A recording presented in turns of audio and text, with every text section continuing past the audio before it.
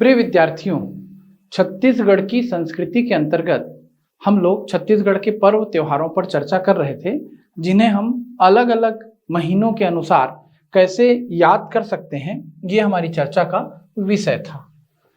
तो हम लोगों ने सबसे पहले जिस माह पर चर्चा शुरू की थी, हमारे भारतीय कैलेंडर का, भारतीय संवत का, छत्तीसगढ़ के कैलेंडर का, छत्तीसगढ़ी संवत का पहला माह है हिंदू नववत्सर चैत्र माह। और चैत्र माह की पहली बात जो आपको मैंने याद रखने के लिए बताई कि चैत्र नवमी को जो त्योहार पड़ता है वो रामनवमी है। आपको पिछला वीडियो याद भी आ रहा होगा। रामनवमी ये चैत्र के महीने में पड़ता है, इसलिए आप याद रखें चैत्र नवमी रामनवमी। इसके पहले माता दुर्गा की उपासना का चैत्र नवरात्रि का पर्व रहता है, फिर रामनवमी का पर्व आता है।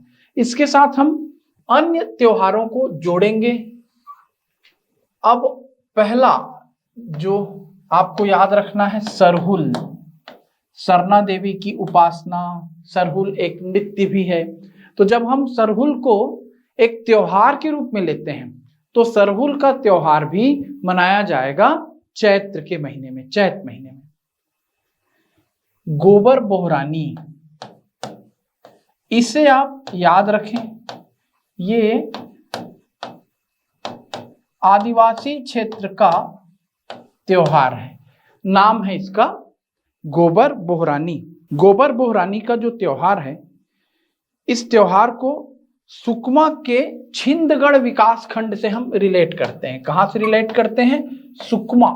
सुकमा के कौन से विकास खंड से जुड़ता है ये? छिंदगढ़। तो जब आप लाला जगदलपुरी की पुस्तक लेते हैं, लाला जगदलपुरी की पुस्तक से पढ़ना शुरू करते हैं, तो लाला जगदलपुरी की पुस्तक में लिखता है कि थोड़ा सा अद्भुत सा त्योहार है और नाम से भी लग रहा है, लोग एक दूसरे पर गोबर फेंकते हैं। मुख्य में इसको कैसे लिखना है आप समझेंगे, लेकिन आप याद रखें ये छत्तीसगढ़ के दक्षिणी क्षेत्र में सुकमा छिंदगढ़ के इलाके में चैत के महीने में मनाया जाने वाला त्योहार है, जिसे कहा जाता है गोबर बोहरानी। गोबर बोहरानी, गोबर को बोहारते हैं, एक दूसरे के ऊपर डालते हैं और अपने खेतों में भी थोड़ा सा गोबर डालते हैं। तो गोबर एक खाद का काम करता है। गोबर को पवित्र माना जाता है। भारतीय परंपरा में गोधन नाम आपने सुना होगा। तो गोबर बोहरानी ये चैत महीने में, सरहुल चैत महीने में, चैत परब इसका भी नाम आपने कभी न कभी सुना होगा। और जब आप चैत परब शब्द पर ध्यान दे रहे हैं तो परब शब्द के साथ क्या शब्द जुड़ गया? चैत। परब का मतलब पर्व या त्योहार, और चैत का मतलब तो अपने आप में स्पष्ट है कि चैत का महीना। तो चैत के महीने में मनाया जाने वाला त्योहार चैत परब, ये परजा और धुरवा जनजाति द्वारा मनाया जाने वाला पर्व त्योहार है। तो चैत परब इसको मनाते कौन हैं? तो चैत परब को मनाते हैं परजा और धुरवा जनजाति के लोग। नाम है इसका चैत परब। इसी तरीके से ये आम के फसलों का भी आने का समय है, तो इसी से संबंधित एक आप और त्योहार याद रख सकते हैं, आमा नवाखाई। दिमाग में याद रखें, मतलब पहली फसल को खाएंगे तो नवाखाई है, और आम की पहली फसल को खा रहे हैं तो आमा नवाखाई। तो इस तरह की कुछ चीजों को आप कौन से महीने से जोड़ करके अपने दिमाग में रखें? चैत्र के महीने से। चैत्र के बाद अगले महीने पर चर्चा हुई थी, अगला महीना है वैशाख। और वैशाख के महीने में तृतीया, शुक्ल पक्ष की तृतीया, वैशाख तृतीया, वैशाख का शुक्ल पक्ष, शुक्ल पक्ष की तिथि कौन सी तिथि? तृतीया तिथि, वैशाख तृतीया। इस दिन का संबंध है अक्षय तृतीया से। अक्ति हम कहते हैं, अक्षय तृतीया, जो बोलचाल की स्थानीय भाषा में अक्ति कहलाएगी। अक्ति का त्योहार, अरवा तीज ऐसा भी आप सुने होंगे। अक्ति, अरवा तीज, अक्षय तृतीया, इनका संबंध कौन से महीने से है? वैशाख महीने से। अब इस दिन अक्षय तृतीया के दिन एक तो गुड्डे गुड़ियों का विवाह होगा, गुड्डे गुड़ियों का विवाह, बच्चियां इस खेल को खेलेंगी, गुड्डे गुड़ियों का विवाह करेंगी, आंगन में आम के पत्तों से मंडप बना लिया जाएगा, उसके नीचे गुड्डे गुड़ियों की शादी होगी और इसी को हम पुत्रा पुत्री विवाह भी कहते हैं। महाभारत के कथानक से इसका संबंध है, ऐसा मैंने आपको पिछले लेक्चर में बताया था। तो ये कौन से महीने की बात हो गई? वैशाख। इसके बाद जेठ का महीना है, इस पर भी चर्चा हुई थी कि जेठ के महीने में गंगा दशहरा मनाया जाता है। फिर आता है आषाढ़। आषाढ़ के महीने में हम रथ द्वितीया मनाते हैं। आषाढ़ का महीना तिथि द्वितीया, तो आषाढ़ द्वितीया ये जाना जाता है रथ यात्रा के पर्व के नाम से, इसे कहते हैं रथ द्वितीया, या यही पर्व कहलाता है गोंचा। आषाढ़ के बाद आएगा सावन। तो सावन का सबसे महत्वपूर्ण प्रश्न प्रारंभिक परीक्षा के लिए भी और मुख्य परीक्षा के लिए भी हरेली से संबंधित रहेगा। तो सावन के महीने में, सावन का महीना, सावन अमावस्या, सावन अमावस्या को जो त्योहार मनाया जाएगा, सावन अमावस्या को, उस त्योहार का नाम है हरेली। सावन अमावस्या त्योहार का नाम हरेली। अब इसे आप समझें, अमावस्या, पहली तो बात याद रखें, हरेली का संबंध किससे है? हरियाली से। तो सावन का महीना हरियाली का महीना है, खेतों की फसल तैयार हो गई, इसलिए हरियाली का उत्सव मनाया जा रहा है।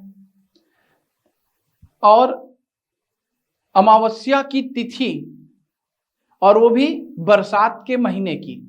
तो यदि हम इसे धर्म से, तंत्र से जोड़ेंगे तो सावन की अमावस्या तांत्रिक क्रियाओं के लिए भी जानी जाती है। यदि हम धर्म और धर्म से हटकर तंत्र मंत्र जादू टोने से जोड़ें तो तंत्र मंत्र और जादू टोना, यदि इसका अस्तित्व है कि नहीं है इस पे रिसर्च हो, लेकिन इतना जरूर है कि इस तरह के कार्यों के बारे में आप सुनते हैं तो आपका आत्मविश्वास हिलता है, डगमगाता है, तो आपका कॉन्फिडेंस बना रहना चाहिए। अब यहीं से त्योहारों को जोड़िएगा, है ना। मैं आपको कॉन्सेप्ट इत्मीनान से समझा रहा हूं। तो पहले तो देखिए, ये फसल लग गई, किसान थोड़ा सा फ्री रहा, फुर्सत में रहा, तो हरियाली का उत्सव मनाने लगा।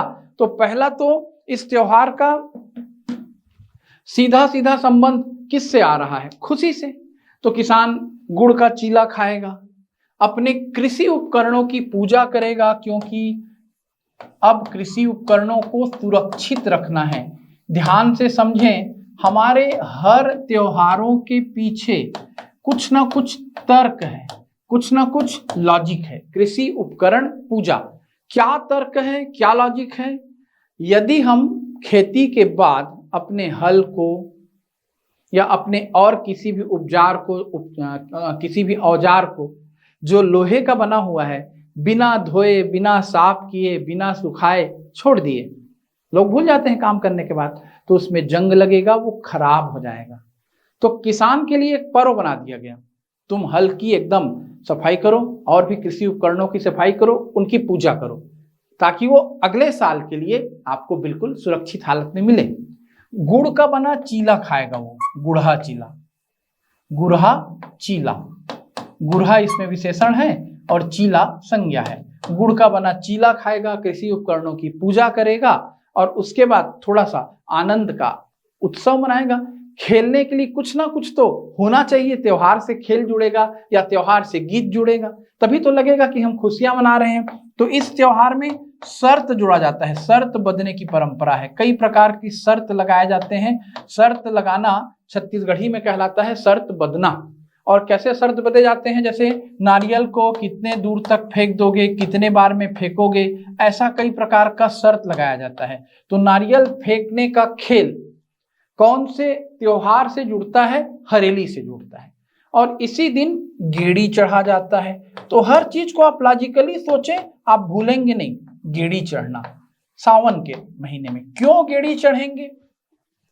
खेल बस के लिए गेड़ी नहीं बनी है। आज तो हमारे पास पक्की सड़कें हैं, आज तो हम नदियों पर बांध बना चुके हैं, पुल बना चुके हैं, तो हमें बरसात का संकट अब सताता नहीं पहले की तरह।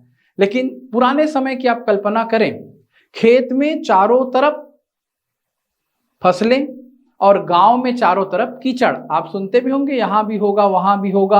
अब तो सारे जहां में होगा क्या, माड़ी भर चिखला। चिखला यानी कीचड़। तो सावन का महीना है, परंपरागत जो गांव है उसमें तो कीचड़ होगा, और कीचड़ में व्यक्ति चलेगा कैसे, पैर धंस जाता है, जल्दी चलना तकलीफ देता है, नदियों में बाढ़ आ गई रहती है। तो गेड़ी यात्रा का एक साधन भी था संकट के समय, कीचड़ की स्थिति में। तो नवयुवक गेड़ी चढ़कर लोगों को आश्वस्त करते हैं, चिंता मत कीजिए, हम हैं, यदि कोई संकट आएगी हम गेड़ी पे जाएंगे, गेड़ी पे आएंगे, आपके लिए उपयोगी सामान हम गांव में लाएंगे। यदि आप इस लॉजिक को जोड़ लिए तो सावन अमावस्या को हरेली और सावन अमावस्या को गेड़ी। फिर मैं आपको बता रहा था कि मैं नहीं कहता आप तंत्र मंत्र को मानो, न मैं उसके समर्थन में कोई बात कहने जा रहा हूं, लेकिन इस दिन तांत्रिक क्रियाओं की रात है ऐसा बोलते हैं। तो तांत्रिक क्रियाएं आपको परेशान न करने पाए, आपके मनोबल को बढ़ाने के लिए कोई आपके घर के सामने नीम के पत्तों की टहनियां लगा देगा। नीम पत्तों की टहनियां, नीम के पत्ते कि नीम की पत्ती का कड़वा धुआं जिस तरीके से हानिकारक जीव जंतुओं को हटाता है, उसी तरीके से वो आपके जीवन की विघ्न बाधाओं को दूर कर देगा। आपके घर में लोहार आएगा और चौखट में, जो परंपरागत लकड़ी का चौखट बना करता था, उसमें लोहे की कील, लोहे की पाती ठोक देगा और बोलेगा कि जैसे मेरी आग में लोहा गल जाता है, वैसी बुरी नजर, बुरी शक्तियां आपको छू भी नहीं पाएंगी, मैं आपको शुभकामनाएं दे रहा हूं, मेरे रहते आपको चिंता नहीं करना है। इस तरीके से लोग आपके मनोबल को बढ़ाने का प्रयास करते हैं। और ये सारी चीजें किससे जुड़ जाती हैं, हरेली के त्योहार से जुड़ जाती हैं। हरेली त्योहार की हमारे परंपरा, हमारे संस्कारों का हिस्सा बन जाती है। इसके साथ साथ इसी समय देखिए बस्तर के क्षेत्र में अमूस की परंपरा रहेगी। अमूस, अमूस का संबंध अमावस्या शब्द से है। हम हिंदी में कहेंगे अमावस्या, अमावस बन जाएगा वो, ये संस्कृत है समझिए अमावस्या। फिर वो हिंदी में थोड़ा सा रूप बिगड़ेगा, हिंदी छत्तीसगढ़ी के आते आते अमावस बन जाएगा। अमावस, अमानिसा ऐसा शब्द आने लगेगा।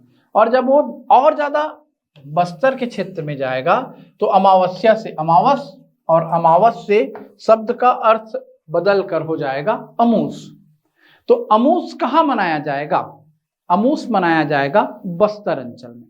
और बस्तर अंचल का जो अमूस है यह भी सावन अमावस्या को मनाया जा रहा है। अमूस को अमावस्या से जोड़कर याद रखें। और इसका संबंध पशुओं के स्वास्थ्य की कामना से है। इस दिन गायों को या अन्य जानवरों को धुरई, बस्तर में जो गायों को चराता है चरवाहा ग्वाला, उसको धुरई कहते हैं। याद रखें, कौन से शब्द को याद रखेंगे, धुरई।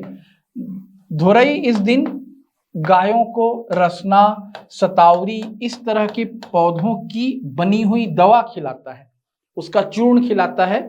और ये अपेक्षा की जाती है कि ऐसी औषधियों का हम पशुओं को सेवन कराएंगे तो पशु सावन की संक्रमणकालीन स्थितियों से बचे रहेंगे। तो सावन के महीने में मुख्य त्योहार हरेली छत्तीसगढ़ का पहला त्योहार कहलाएगा, हमारे लोक अंचल से संबंधित। और दूसरा आप मेरी तरफ से अच्छे से दिमाग में बैठा लें, अमूस। अमूस और हरेली दोनों को आप कौन से सेक्शन से जोड़ लेंगे, सावन की अमावस्या से जोड़ लेंगे। तो सावन महीने में परीक्षा की दृष्टि से आपने हरेली और अमूस को तैयार किया। फिर आएगा भादो। तो भादो में बाकी और बातें तो आप जानते रहेंगे, पढ़ते रहेंगे। भादो में जो प्रथमा तिथि है, भादो प्रथमा, एकदम अच्छे से याद रहे, भादो प्रथमा, इस दिन भोजली मनाया जाता है। भोजली का विसर्जन किया जाता है, भोजली विसर्जन। तो जिस दिन भोजली विसर्जन होता है उसी दिन भोजली का मुख्य त्योहार है। ठीक, अब मैं आपको होमवर्क दिया था, फिर से याद दिला रहा हूं। भोजली बोई कब जाती है? जब पौधे बड़े हो जाएंगे तभी तो हम उनका क्या करेंगे? विसर्जन करेंगे। तो पौधे बोए तो पहले जाते हैं, लेकिन जिस दिन हम उनका विसर्जन करते हैं, मैं हंसी मजाक में बताते भी रहता हूं क्लास में कि जब जोजली लड़कियां भोजली लेके निकलेंगी तो भोजली का त्योहार आ जाएगा। यानी सिर पर, अब इसको आप संस्कृति से जोड़िए, सिर पर हरे हरे पौधों की टोकरियां, और उसे लेकर गांव की युवतियां तालाब की तरफ विसर्जन के लिए जा रही हैं भोजली के, और साथ में गीत गा रही हैं। कौन सा गीत गा रही हैं? देवी गंगा गीत। आपने कभी न कभी इसे सुना होगा। देवी गंगा लहर तुरंगा, हमरो भोजली दाई के भिजे आठो अंगा, हो देवी गंगा। तो एक उल्लास का वातावरण, प्रकृति की उपासना का पर्व, भोजली के विसर्जन का पर्व, ये भादो की प्रथमा में है। भादो प्रथमा भोजली। और देखिए भादो की अमावस्या, इसको नहीं भूलना है। भादो अमावस्या, तो जैसे मैंने आपको बताया था सावन अमावस्या परीक्षा की दृष्टि से महत्वपूर्ण है, बिल्कुल वैसे ही भादो अमावस्या भी परीक्षा की दृष्टि से महत्वपूर्ण है। और भादो की अमावस्या को जो त्योहार मनाया जाएगा उस त्योहार का नाम है पोला। पोला, ठीक। ये किसान और बैल के बीच के प्रेम का प्रतीक है, बैल के प्रति किए जाने वाले सम्मान का प्रतीक है। आप देखें, इसको याद करने का तरीका देखो, बड़ा सरल तरीका। कुछ भी चीज को लॉजिक से जोड़ो, किसी भी प्रकार से लॉजिक बनाओ। सावन अमावस्या, सावन अमावस्या को कौन सा त्योहार मनाया गया? तो सावन अमावस्या को मनाया गया हरेली। हरेली में कृषि उपकरणों की पूजा की गई। सरल तरीके से समझ लो, हल की पूजा की गई। हल को क्या कहते हैं छत्तीसगढ़ी में? नागर। नागर यानी हल।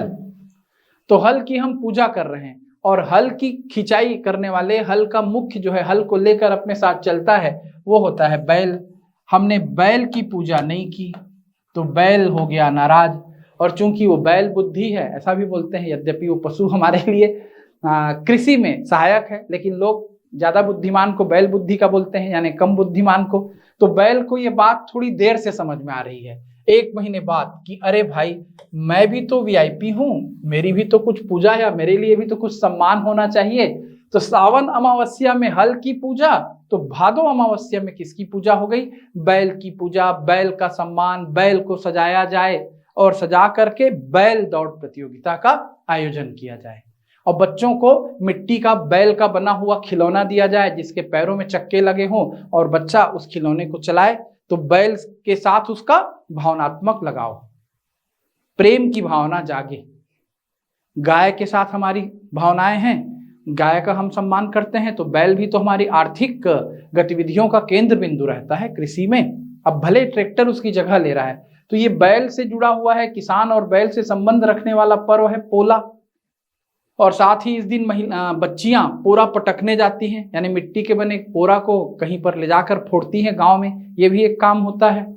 और यही पोला से शुरू हो जाता है, समझो, वैसे तो तीजा से ही जोड़ेंगे आप, पोला से ही लेकिन शुरू हो जाता है ठेठरी और खुरमी का बनना, और ये जा करके पूर्णता प्राप्त करता है। कहां पर जा करके पूर्णता प्राप्त करता है? भादो तृतीया, अमावस्या के बाद जो पक्ष आता है, वो कौन सा पक्ष आता है? अमावस्या के बाद जो पक्ष आता है वो शुक्ल पक्ष रहता है। तो भादो के महीने में शुक्ल पक्ष की तृतीया को जो त्योहार मनाया जाएगा वो है हरतालिका, और इसी हरतालिका को हम स्थानीय भाषा में तीजा कहते हैं, और दोनों को हम एक साथ बोलते रहते हैं, तीजा पोरा। पोरा यानी पोला, तीजा पोरा, एक के बाद एक। दोनों कौन से महीने में आएंगे? भादो के महीने में।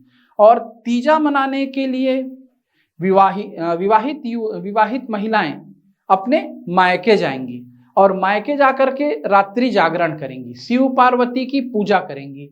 रात्रि के समय ढोलक बजाएंगी, पूरे मोहल्ले को जगाएंगी, अपने साथ साथ पति की दीर्घायु की कामना के लिए व्रत रखेंगी, और निर्जला व्रत रखेंगी। निर्जला मतलब बिना जल पिए। काफी कठिन होता है कि व्यक्ति पानी भी छोड़ देता है जब वो उपवास की अवस्था में रहता है, तो उसको छत्तीसगढ़ी में निर्जला व्रत कहते हैं। और इस समय जब वो अपने मायके जा रही हैं तो उनके स्वागत के लिए हमारा स्थानीय व्यंजन बनता है ठेठरी और खुरमी।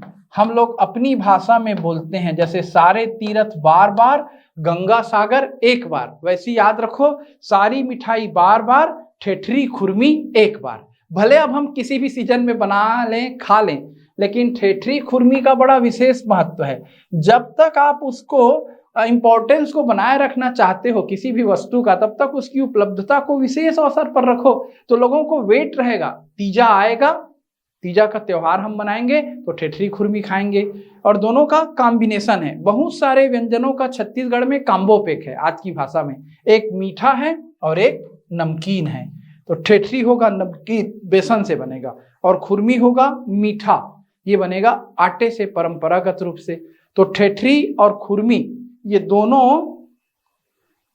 दो छत्तीसगढ़ी व्यंजन हैं जिनका सीधा सीधा विशेष संबंध है तीजा से। तो आज के लेक्चर में इतना ही चर्चा करते हैं, बाकी इसके बाद और विस्तार से चर्चा करेंगे। आप अभी भादों के तीजा त्योहार तक मुझसे पढ़े हैं। नेक्स्ट वीडियो में आपसे फिर मिलते हैं।